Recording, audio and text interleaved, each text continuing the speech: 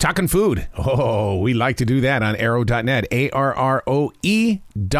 All right, let's do it. Let's play it forward. These are real people, real stories, the struggle to play it forward. Episode number 401 is with Chef Kristen Kish from Fast Foodies on TruTV. I'm great. How are you? Absolutely fantastic. You guys look like you're having the time of your life on Fast Foodies. I mean, I'm so jealous that I'm not in there with you guys. I think we can just start a petition now to get you as one of our guests, and then we'll get you in there somehow. but it has to be one of the most interactive shows. It has to be one of the most interactive shows in the way that we know what you guys are cooking, and then we want to try it at home too, because we want to to fill the house with the flavor. And that's the beauty of what Fast Foodies is that we're you might not be into like one of the high-end cooking chef shows, or you might not even be interested in cooking at all. But what fast food does is it's like that connective tissue that gives someone a starting base. And at the end of the day, like, food is almost kind of secondary to the comedy, the friendship, the debauchery at some time, and it's this thing that just kind of rides through and connects everything together and gives you a point of reference. Like you were saying, it's, anyone and everyone can relate to a McDonald's hamburger in some way. Don't you think, though, that the one of the real connections of Fast Foodies is the fact that some of our personal conversations, the greatest conversations, have always been while chowing down on some fast food? 100%. I mean, in any great dinner party or otherwise, everyone hangs out in the kitchen. Yep. Food, again, brings everyone to the table. And what I love most about Fast Foodies is that I'm getting to meet these guests and these celebrity guests that would have never crossed my path ever in my entire life. I highly doubt I would have ever met Chris Jericho. I highly doubt Baron Davis would have ever shown up in my wheelhouse at somewhere. And it's really cool to meet these amazing people, and we all can gather and talk about fast food for hours and hours and hours. And it's got to be fantastic to you to be there with them, because you see that they're just human beings. They just have a job in professional wrestling.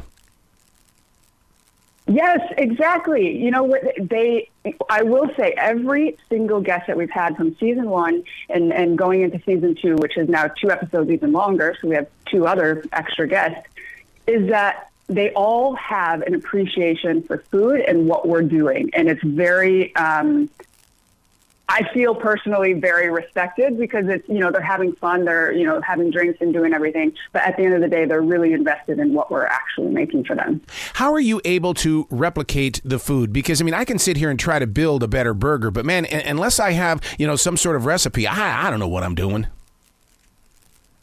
As a chef, we can kind of go into like our Rolodex of technique and flavor profiles. Oh. But I got to tell you, the copycatting of the dishes are really hard, because these fast food chains are consistently the same, almost like mechanically and scientifically so. And so, we aren't those kind of chefs, but also, I will say 99.9% of the time, it's always going to be better. And oftentimes we're trying to make it not as good. I was going to ask you about these restaurants and stuff like that. In the way, are they knocking on your door saying, "Stop it, do not put our real recipe out there"? No, they haven't gotten a hold of us, the 3 of the chefs personally. I'm sure somewhere there's some petition that someone's signing to be like, stop telling us, stop telling everyone about the secrets that McDonald's has. But we're all kind of guessing, and I think it's probably we're definitely still wrong, I'm sure. Which I'm so glad you said you're guessing, because isn't that what a lot of us did during the lockdown, is that we went into the kitchen and we thought, okay, I'm going to create like this person. I'm going to guess my way into having a great dish here today.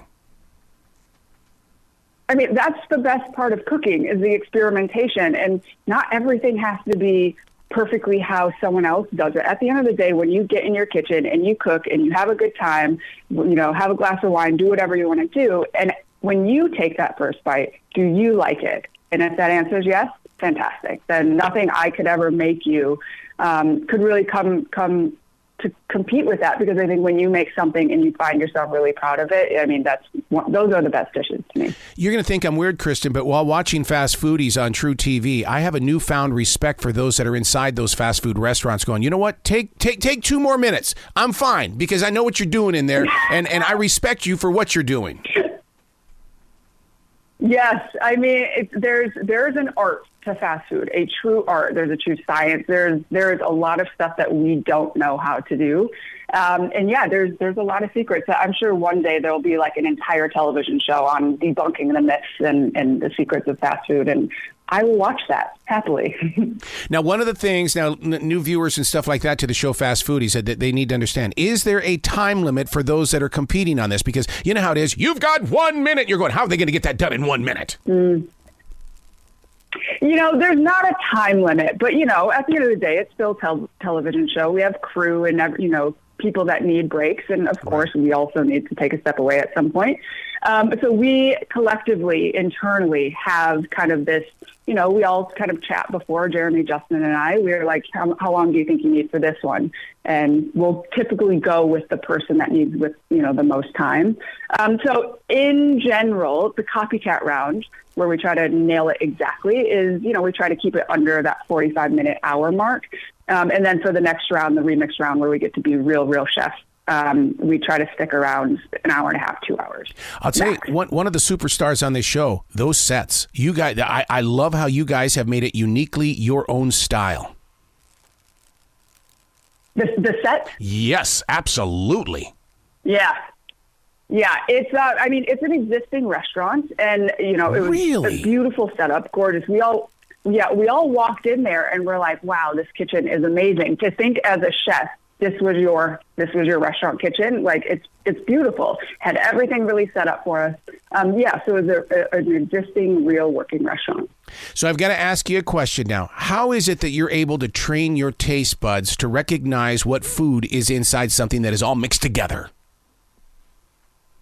Oh my gosh, it is. It's eating a lot of food in practice. I've had my fair share of fast food, 100%. I grew up with the stuff. You know, I feel like if you have the skill and the art of knowing how to cook, you also have a palate that can develop over time. And it's really just, it's practice, and it's years and years of eating a lot of really good food. Does it also involve listening to other people who are trying to, like for instance, like it seems like the world has discovered fennel since the lockdown. Everybody's buying fennel these days. You know, I think, you know, with these food programs, and hopefully Fast Foodies does this as well, is that we can introduce viewers that perhaps never heard of fennel or Japanese A5 Wagyu beef or, you know, how to cook a steak. And they can pick up some of these little tips and tricks, because I think cooking is universal, whether you do it every day or whether you do it because you have to. At some point, hopefully, as a human being, you will have to have cooked for yourself or for someone else. And it's really, you know, the greatest pleasure in my mind is cooking for someone else. With all the celebrities that are on Fast Foodies on TruTV, you got to love Joe McHale. That guy is one of the most down-to-earth, caring, compassionate human beings I've ever met.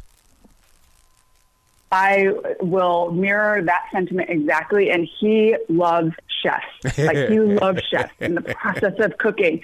Like, we'll text back and forth, or we'll DM if I post a food picture, and you know, walk him through on how to cook a steak. Like, he's just genuinely interested in the chef world and what food is doing. Well, because he's a comedian. He builds jokes. He creates the stage. He understands the process of getting two people. Yeah. Yeah. You know, what's interesting is, you know, he was on season 1 and he's also on season 2, is that season 1, he definitely was more of his comedy self, and he was like really screwing with us.